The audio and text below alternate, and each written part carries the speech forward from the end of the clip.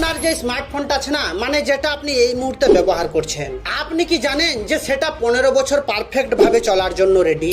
হ্যাঁ, এমন ভাবেই সেটাকে বানানো হয়েছে। আপনি শুধুমাত্র ভারতের কথা বলুন, দেখুন হাইফাই টেকনোলজি লাগিয়ে ফোন তৈরি করা হচ্ছে, কিন্তু কাউকে কি 15 বছর পর্যন্ত ব্যবহার করতে দিচ্ছে? 15 বছর ছাড়ুন, 10 বছর পর্যন্ত কি কাউকে ব্যবহার করতে দিচ্ছে? দিচ্ছে না তো। তাহলে এই লিমিটেশন লাগাচ্ছে কে? কে কিভাবে ডিসাইড করছে যে আপনি আপনার ফোনটা কতদিন ব্যবহার করবেন? তো চলুন আজ আমি আপনাকে এমন কিছু জানাবো স্মার্টফোন কোম্পানির ব্যাপারে যেগুলো শোনার পর আপনার সবকিছু মাথায় উঠে যাবে। শুনুন, প্রথম কথা হচ্ছে যে আজকের দিনের স্মার্টফোন গুলো একটা পাওয়ারফুল গেমিং কম্পিউটারের মতো শক্তিশালী। হ্যাঁ, আপনি একদম ঠিকই শুনেছেন। আজও কিছু মানুষের কাছে আপনার স্মার্টফোনের মতো শক্তিশালী কম্পিউটার নেই। মানে আপনি আপনার পকেটের মধ্যে একটা হেভি পাওয়ারফুল ডিভাইস নিয়ে ঘোরাফেরা করেন। আপনি তো খুব ভালোভাবে জানেন যে এখন স্মার্টফোনের হার্ডওয়্যার অনেক ক্যাপেবল। জানেন যে এখন হার্ডওয়্যারকে পাওয়ারফুল বানানোর জন্য প্রতিটা স্মার্টফোন কোম্পানি একে অপরের সাথে কম্পিটিশন করছে। হ্যাঁ, ইনোভেশনের নামে যেটা সব থেকে ইমপ্রুভ হচ্ছে সেটা হচ্ছে আপনার ফোনের hardware. Storage very fast, camera improve excellent, massive optimisation, সবকিছু হার্ডওয়্যার বেসিস টপ নচ। কিন্তু এই সমস্ত কিছুর পরেও যেটা খারাপ করে দিচ্ছে একটা পাওয়ারফুল দামি স্মার্টফোনকে, সেটা হচ্ছে সফটওয়্যার ইকোসিস্টেম। ইয়েস, এই সফটওয়্যার আপডেট সব থেকে বড় চিট করছে প্রতিটা স্মার্টফোন ইউজারদের সাথে। পার্সোনালি আমি নিজে যা কিছু দেখলাম, সবকিছু দেখার পর আমার মাইন্ডসেট কমপ্লিটলি বদলে গেছে। ভাই বিশ্বাস করুন, আপনার কাছে যে স্মার্টফোনটা আছে সেটা লিমিট কমপ্লিট ভাবে ডিসাইড করছে সফটওয়্যার আপডেট। আপনার যে স্মার্টফোন সেটা ইজিলি 12 থেকে 15 বছর চলবে এবং চলার ক্ষমতাও তার মধ্যে আছে, কিন্তু স্মার্টফোন কোম্পানি আপনার ফোনের জন্য এমন সফটওয়্যার বানায় যেটা আপনার ওই পাওয়ারফুল হার্ডওয়্যারের সাথে কখনোই ম্যাচ হয়ে চলে না এবং তার কমপ্লিট পাওয়ার আপনাকে ইউটিলাইজও করতে দেবে না। আচ্ছা, একটা বিষয় আপনি খুব ভালোভাবে ভেবে দেখুন তো, একটা সাধারণ ইউজার যখন একটা দামি স্মার্টফোন ইউজ করে তখন তার ইউজেস প্যাটার্ন অনেক সিম্পল হয়। মানে আমরা সেই ফোনটা নিয়ে কি করি? কল করি, এসএমএস করি, ফেসবুক করি, ইউটিউব করি, ইমেজ ক্যাপচার করি, ভিডিও শুট করি এবং আমরা গেম খেলি।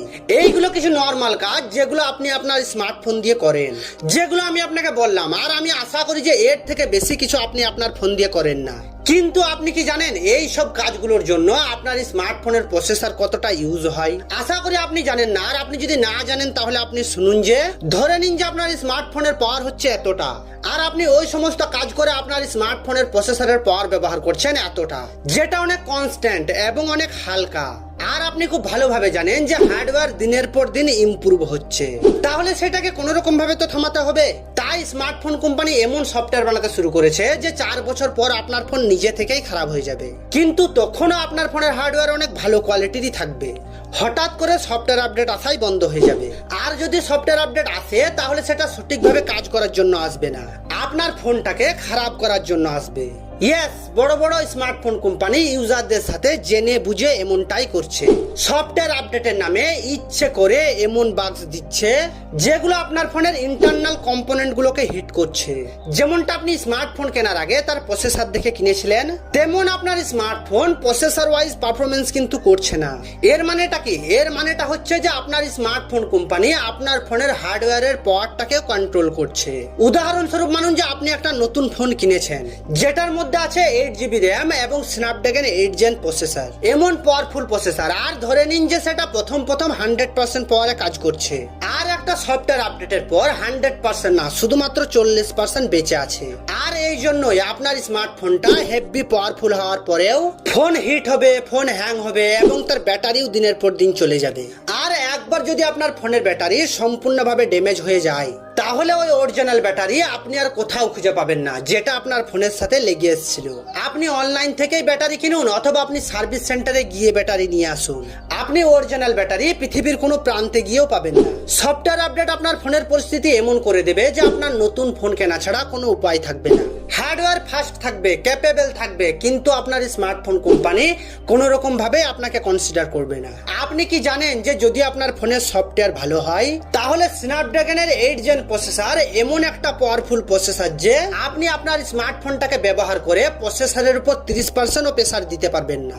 এটাই রিয়েলিটি যে প্রসেসরের যে পাওয়ার সেটা আপনি 50% ব্যবহার করতে পারেন না, কিন্তু এরপরেও আমাদের ফোন হ্যাং করে, আমাদের ফোন খারাপ হয়। আর আপনাকে বলি তো এই সমস্ত কিছু সলভ একটাই, সেটা হচ্ছে যে ফোনকে আপডেট না করা। ইয়েস, আপনি ঠিক শুনেছেন, আপনি আপনার ফোনকে কোনো রকম ভাবে আপডেট করবেন না। এছাড়া আপনাকে বলার মতো প্রবলেম সলভিং মেথড আমাদের কাছে আর কিছুই নেই ভাই। স্ন্যাপড্রাগন 7 জেন 8 জেন আর এখন আবার মিডিয়াটেক এমন প্রসেসর ফোনের মধ্যে দিচ্ছে যেগুলো অনেক শক্তিশালী, হ্যাঁ সত্যি অনেক শক্তিশালী, কিন্তু সফটওয়্যার আপডেটের পর প্রসেসরের সাথে এমন করছে যে আপনার স্মার্টফোনের প্রসেসরও নিজের কাজ করা বন্ধ করে দিচ্ছে।